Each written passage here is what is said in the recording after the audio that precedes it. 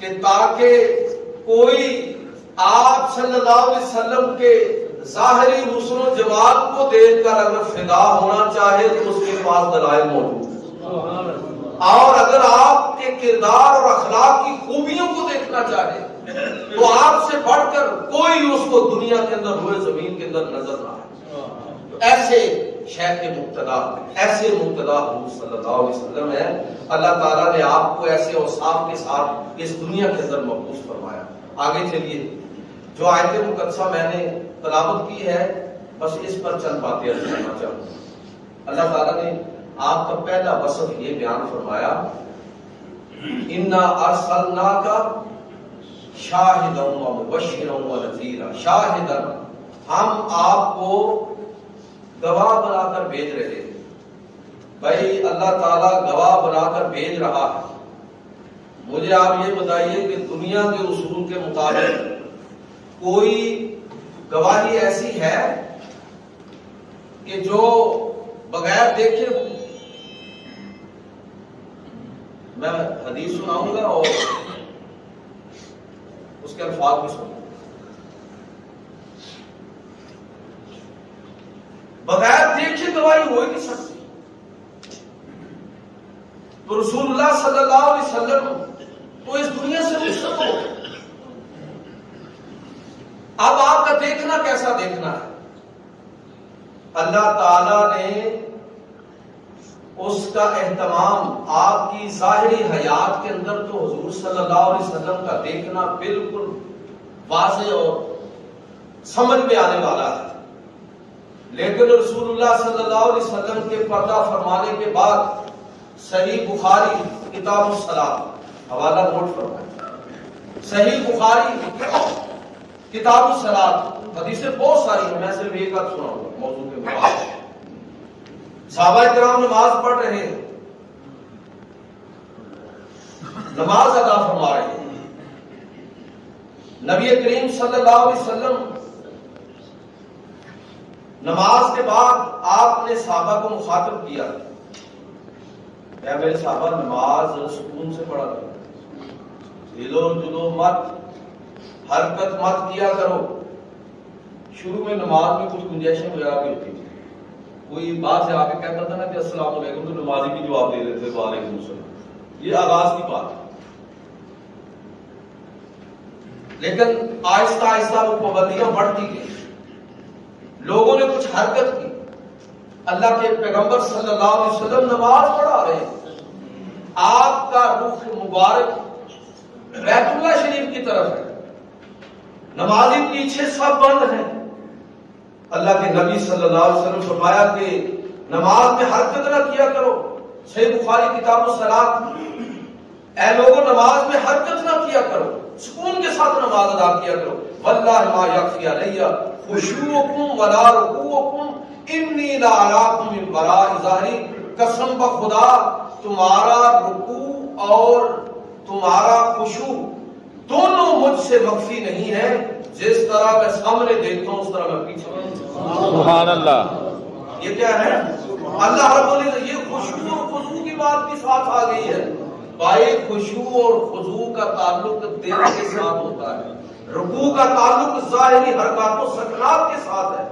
رسول خدا صلی اللہ علیہ وسلم کو یہ منصب کس نے عطا فرمایا؟ اللہ تعالیٰ نے اللہ نے یہ بات ساتھ کہہ لیں کہ آپ کو سب سے اللہ تعالیٰ نے اعلان کیا نا میں بھیج رہا ہوں، تو بھائی بھیجا ہے تو ایسے اوصاف کے ساتھ بھیجا ہے کہ کسی جگہ اللہ کے پیغمبر لاجواب نہ ہو جائیں، کسی جگہ پر خدا نخواستہ لوگوں کے سامنے جواب دینے سے قاصر نہ آ جائیں، اس لیے ایسے علوم کے ساتھ آپ کو مبعوث فرمایا، وَعَلَّمَكُم مَّا لَمْ تَكُن تَعْلَمُ، اے پیغمبر آپ کو ایسا علم عطا فرمایا ہے جو آپ نہیں جانتے تھے وہ آپ کو عطا فرمایا۔ علم کی بلندی یہ ہے، علم کی کیفیت یہ ہے۔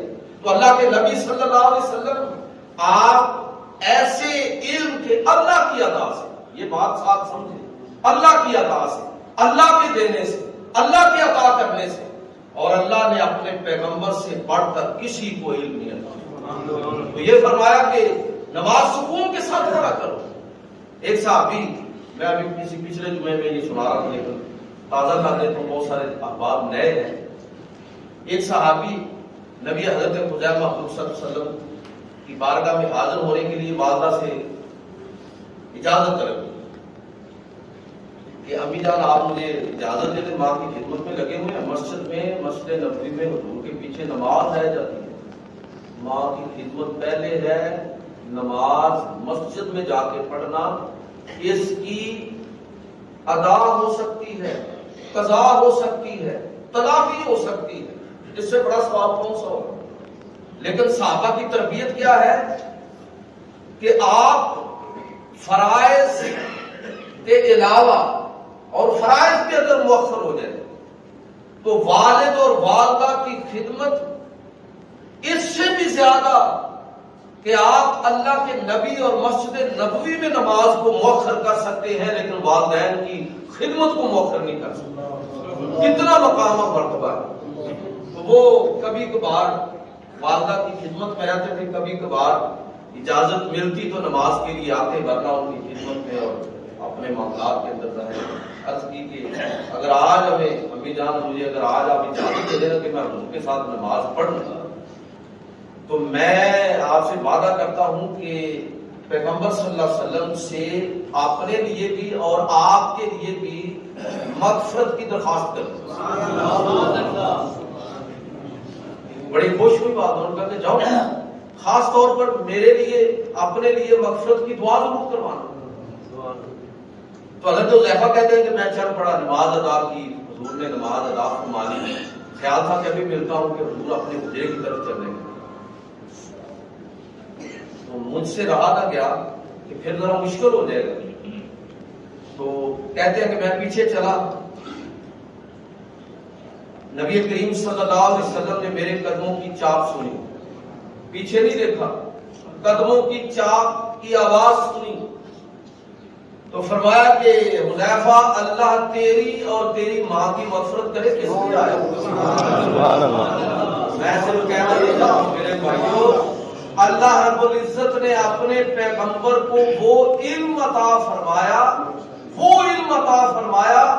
کہ ابھی کوئی سوال کر نہیں رہا، ابھی کسی نے اپنا مدعا حضور کی بارگاہ میں پیش نہیں کیا، لیکن اللہ کے پیغمبر صلی اللہ علیہ وسلم اللہ کی عطا کے ساتھ جانتے ہیں کہ اس کے دل میں کیا ہے۔ مدینہ کے اندر بیٹھ کر حضور خبر دے رہے ہیں کہ موقع کے میدان کے اندر جعفر طیار شہید ہو گئے، عبداللہ بن رواحہ شہید ہو گئے اور حضرت زید شہید ہو گئے، اور اب اسلام کا جھنڈا یہ خالد بن ولید کے ہاتھ میں ہے، مدینہ میں بیٹھ کر ہزاروں میل دور کی خبر دے رہے ہیں۔ یہ منصب، یہ علم اللہ تعالیٰ نے اپنے پیغمبر کو عطا فرمایا۔ حضور فرماتے ہیں کہ یہ صحیح مسلم کی روایت ہے، میں الفاظ سناتا ہوں آپ کو کہ ہمارے ہاں نا آیتیں مسل کی، وہ ایک جگہ کہیں میٹنگ تھی پی سی ٹی وی کی، پنجاب ٹیکسٹ بک بورڈ کی، تو ترجمے کا ایشو آیا کہ یہ ترجمہ یا کس کا استعمال کریں۔ میں نے کہا کہ کوئی مسئلہ نہیں ہے، میٹنگ بڑی ہائی پروفائل میٹنگ، تو میں نے کہا کہ کوئی مسئلہ نہیں، جس کا چاہے استعمال کریں۔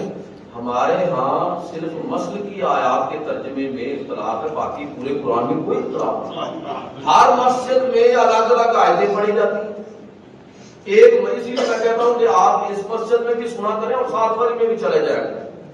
ہر مسجد سے، ہر صاحب علم سے استفادہ کریں، بانٹ دیا ہے ہم نے۔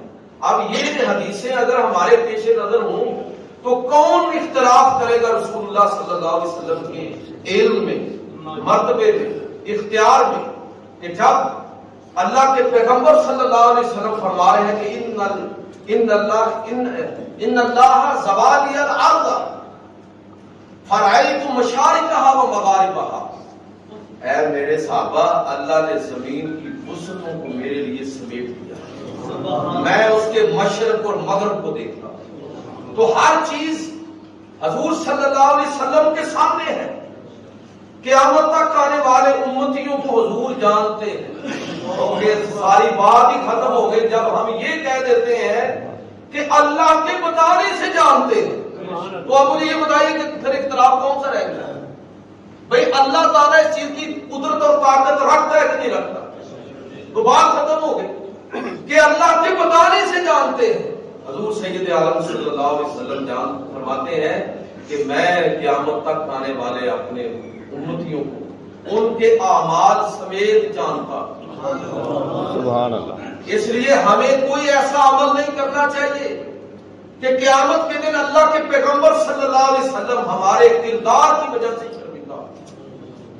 حدیث آپ نے سنی ہوگی، کچھ حدیثیں کچھ آیتیں بعض مسجدیں ان سے محروم رہتی،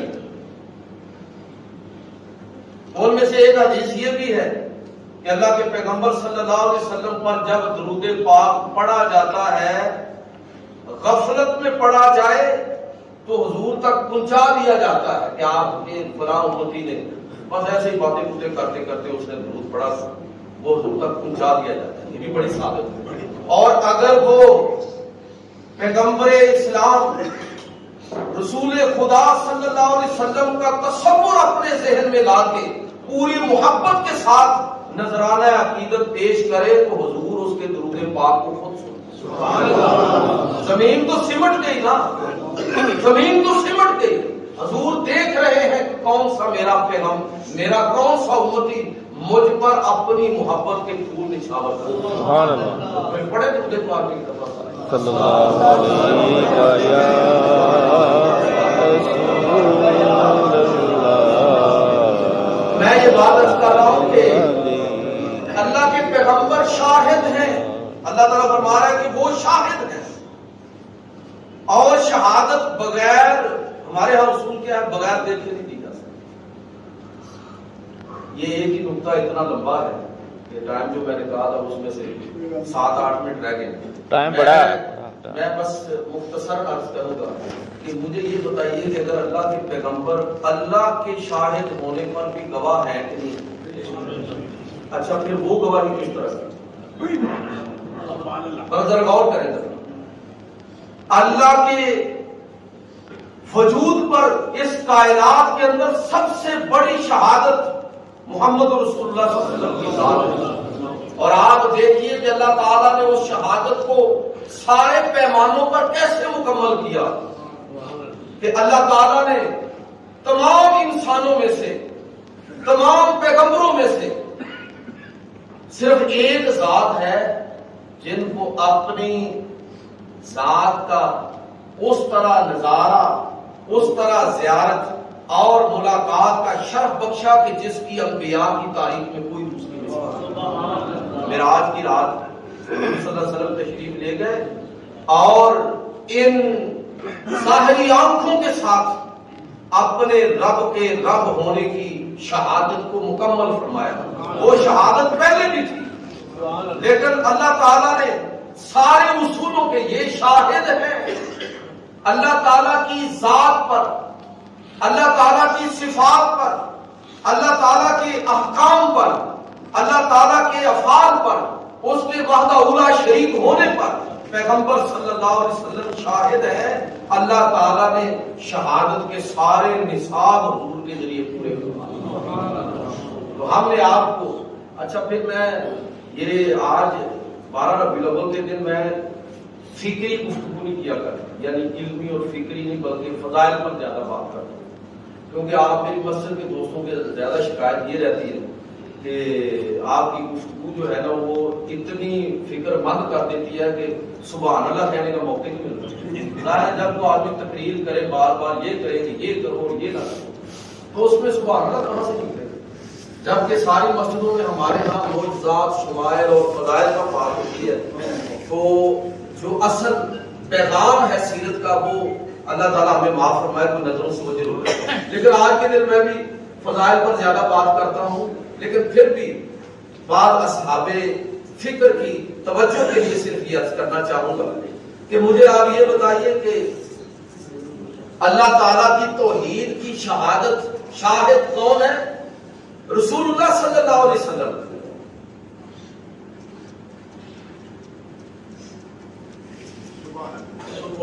رسول اللہ صلی اللہ علیہ وسلم شاہد ہے، تو بھائی وہ شہادت کے کون کون سے دلائل ہیں جن پر رسول اللہ صلی اللہ علیہ وسلم شاہد بن سکتے ہیں؟ ذرا غور فرمائیں کہ رب کریم کی وحدانیت کے وہ سارے دلائل، وہ سارے دلائل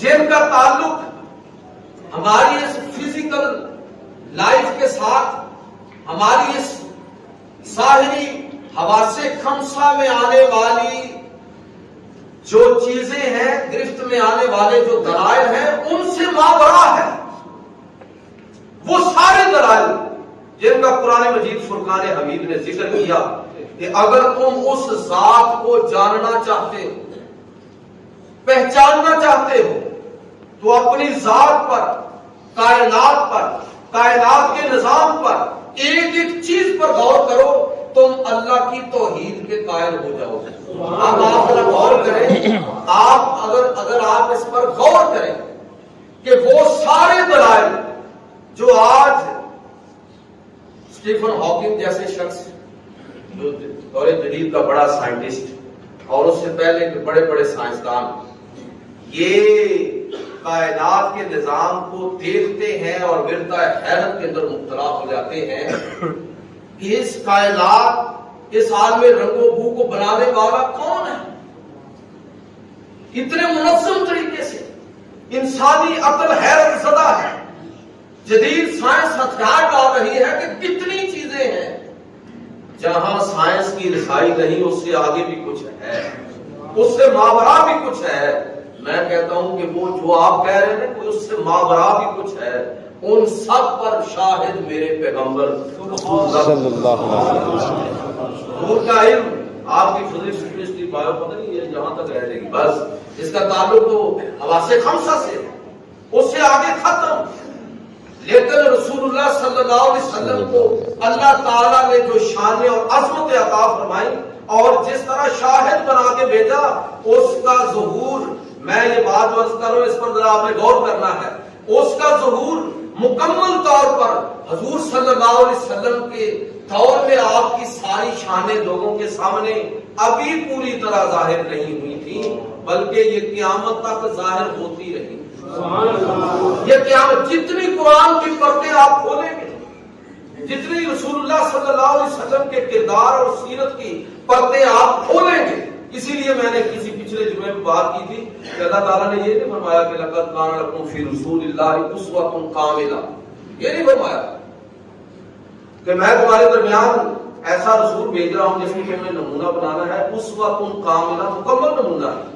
بھائی مکمل کا مطلب یہ ہے کہ عمارت مکمل ہو گئی، نہ کچھ چیز داخل نہ کچھ خارج، نہیں، بلکہ یہ فرمایا کہ اسوۃ حسنہ۔ بھائی اسوۃ کاملہ ناقص ہو سکتا ہے، ایک دور میں نامکمل نظر آ سکتا ہے، لیکن اسوہ حسنہ جیسے جیسے اس کی پرتیں کھولتے چلے جاؤ گے، حسن و جمال کی، کردار کی اور مختلف حوالوں سے ایسی ایسی چیزیں لوگوں کے سامنے آئیں گی کہ آنے والے ہر دور کے لوگ اپنے اپنے نقطہ نظر سے جب دیکھیں گے تو فدا ہوتے چلے جائیں۔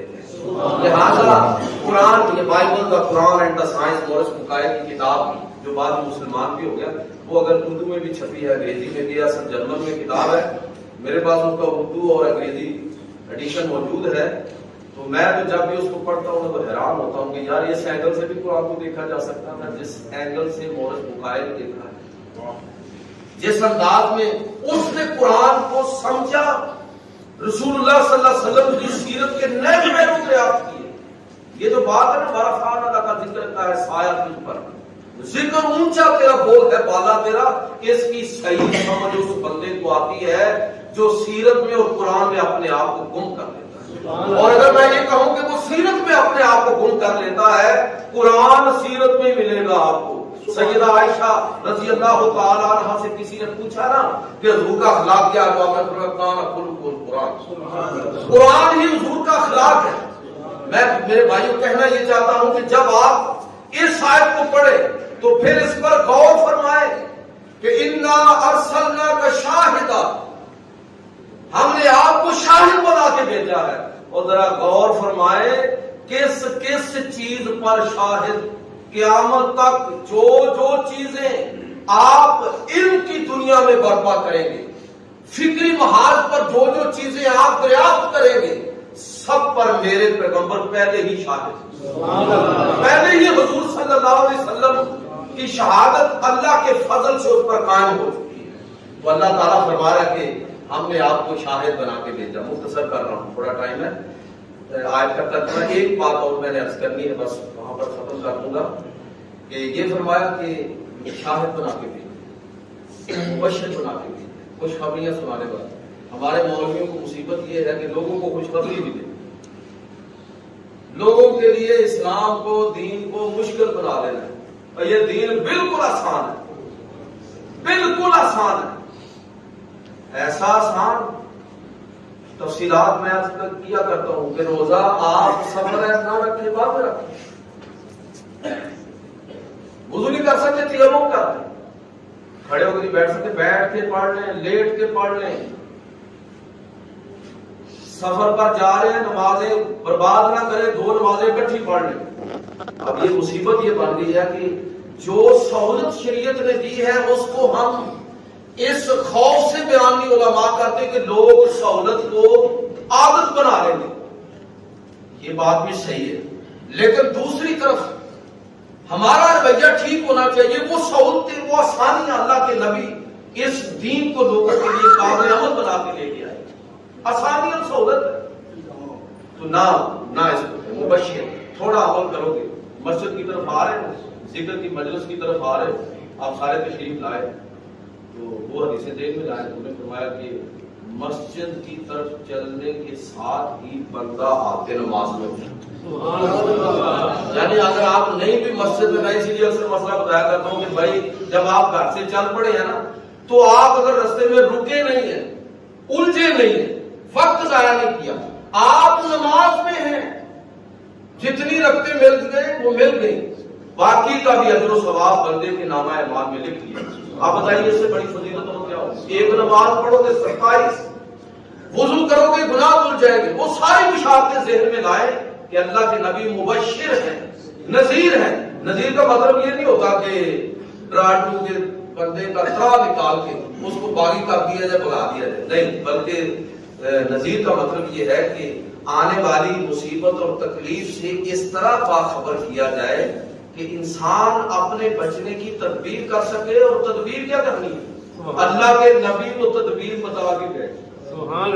لوگوں اگر ساری زندگی بھی گناہوں کے اندر گزر گئی، اگر اللہ کی بارگاہ میں سچے دل سے توبہ کر لو گے تو سارے گناہ معاف ہو جائیں گے، اور اگر وہ توبہ نقطہ کمال کو چھو رہی ہو تو اللہ تمہارے گناہوں کو نیکیوں کے اندر بدل دے گا۔ یہ ساری چیزیں ایسی بشارتیں اور ایسا ڈرانا جو اللہ کے پیغمبر صلی اللہ علیہ وسلم نے جس انداز میں بشارتیں بھی دی ہیں، رایا بھی ہے۔ بس آخری بات کر کے ختم کرنے لگا ہوں۔ اللہ تعالیٰ فرما رہا ہے کہ میں نے اپنے پیغمبر کو جو بھیجا ہے وَدَاعِيًا إِلَى اللَّهِ بِإِذْنِهِ، کہ میں نے اپنے پیغمبر کو سراپا دعوت اور روشن چراغ بنایا، ایسا چراغ کہ جس کی روشنی آنے والے ہر دور میں بڑھتی چلی جائے گی، جس سے ایک دنیا فائدہ اٹھائے گی، اور وہ پیغمبر داعیاً الی اللہ ہے۔ ذرا دیکھیے نبی کریم صلی اللہ علیہ وسلم کا منصب دیکھیں، سراپا دعوت ہے، داعیاً الی اللہ ہے، اللہ کی طرف اللہ کے حکم کے ساتھ بلانے والے ہیں۔ بھائی سراپا دعوت کا مطلب کیا ہے؟ کہ لوگوں میں اپنے پیغمبر کو بھیج رہا ہوں تمہارے درمیان، خبردار ہو جاؤ، استقبال کرنے کے لیے تیار ہو جاؤ، ان کے آنے پر اظہار تشکر کرو۔ میں ان کو ایسا منصب دے کر بھیج رہا ہوں، داعیاً الی اللہ، سراپا دعوت، اللہ کی طرف دعوت، اللہ کی زبان بن کے دنیا کے اندر تشریف لا رہے ہیں۔ ان کا کہا ہوا اللہ کی طرف سے ہوگا، ان کا کیا ہوا۔ اب حضور کی دعوت کیا ہے؟ بھائی دین کی تعریف ہم کیا کرتے ہیں؟ ذرا سنیں، دین یہ ہے کہ اگر اللہ کے پیغمبر صلی اللہ علیہ وسلم فرمائے کہ یہ کرو دین، اگر فرمائے کہ یہ نہ کرو دین، اگر اللہ کے پیغمبر خود کر کے دکھائیں یہ دین ہے، اور اگر اللہ کے پیغمبر کسی چیز سے رک جائیں یہ دین ہے، اور حق تو یہ ہے کہ اگر اللہ کے پیغمبر خاموش ہو جائے تو وہ بھی دین۔ حضور کا بولنا دین، حضور کا کرنا دین، نبی صلی اللہ علیہ وسلم کا خاموشی اختیار کرنا دین۔ حدیث کی تعریف بھی ہم یہ کرتے ہیں کہ ما اضیف الی النبی صلی اللہ علیہ وسلم من قول او فعل او تقریر۔ تقریر کیا ہوتی ہے؟ حضور کا قول دین، حضور کا فعل دین۔ تقریر یہ ہے کہ اللہ کے پیغمبر کے سامنے کوئی کام کیا گیا، آپ نے خاموشی اختیار فرمائی، حضور کا خاموش رہنا اس بات کی دلیل ہے کہ اس پر اللہ راضی ہے، اس پر اللہ راضی ہے۔ کیوں؟ اس لیے کہ حضور راضی ہے۔ بھائی حضور خاموش رہے یا نا، تو حضور کا راضی ہونا یہ اس چیز کی دلیل ہے کہ اللہ تعالیٰ بھی اس پر راضی ہے۔ تو یہ سراپا دین۔ میں آپ کا شکر گزار ہوں، اس آیت پر ذرا غور کیجیے گا، تفسیر اس کی پڑھیے گا۔ آخر میں یہ بات کرنا چاہتا ہوں، پیغام جو میں اکثر فضائل بیان کرنے کے بعد 12 ربیع الاول، ایک تو یہ ہمیں ذہن میں رکھنا چاہیے کہ خدا کے لیے یہ آپ جو خاص دنوں میں خاص اہتمام کرتے ہیں اس میں کوئی حق نہیں، ٹھیک، آپ اپنی خوشی کا اظہار کر رہے ہیں، اپنی محبتوں کے پھول نچھاور کر رہے ہیں، لیکن خبردار کوئی بندہ اگر اس نیت کے ساتھ ان 12 دنوں میں یا 12 ربیع الاول کے ایک دن میں اہتمام کرتا ہے اور یہ خدا نخواستہ اس کا عملی رویہ یہ ہے اور وہ اپنے عمل سے یہ ثابت کر رہا ہے کہ محمد رسول اللہ صلی اللہ علیہ وسلم کو ایک دن کی شخصیت ہے، گستاخ ہے وہ شخص، وہ حضور کا گستاخ ہے۔ آپ ایک دن کی شخصیت نہیں تھے، 12 دنوں کی شخصیت نہیں تھے، آپ پورے سال 12 مہینوں پوری زندگی ازل سے ابد تک قیامت تک آپ ہیں۔ سبحان اللہ۔ اس لیے میلاد النبی کا یہ مطلب ہرگز نہیں ہے کہ آپ، مجھے پتا ہے نا کہ ایسے معاملات ہیں کہ لوگوں نے چولہے چڑھائے ہوئے ہیں، یہ اچھی بات ہے، کوئی بات نہیں، آپ کھلائیں لوگوں کو کھانے شامل، لیکن بات ختم ہو گئی، بس پورا سال ایک دفعہ آپ نے محفل میلاد کر لی، آپ نے ایک دفعہ کوئی ناخوانی کروا لی، اب پورا سال میں اور آپ آزاد ہو گئے جو چاہے کرتے۔ بھائی یہ عبادت کا تصور ہی نہیں ہے اسلام میں، یہ ہندوؤں کے ہاں ہے کہ بھجن گائے، ہاتھ جوڑے، تلک لگایا، چلو ساری زندگی اپنے دیوتاؤں کے ساتھ انہوں نے اسی طرح دھوکہ دیا ہے۔ ہم پیغمبر صلی اللہ علیہ وسلم کی امتی ہیں، رسول اللہ صلی اللہ علیہ وسلم کے میلاد کو ہر روز ذہنوں میں تازہ کرنا ہے کہ کس لیے تشریف لائے تھے، کس لیے ان کی بعثت ہوئی تھی۔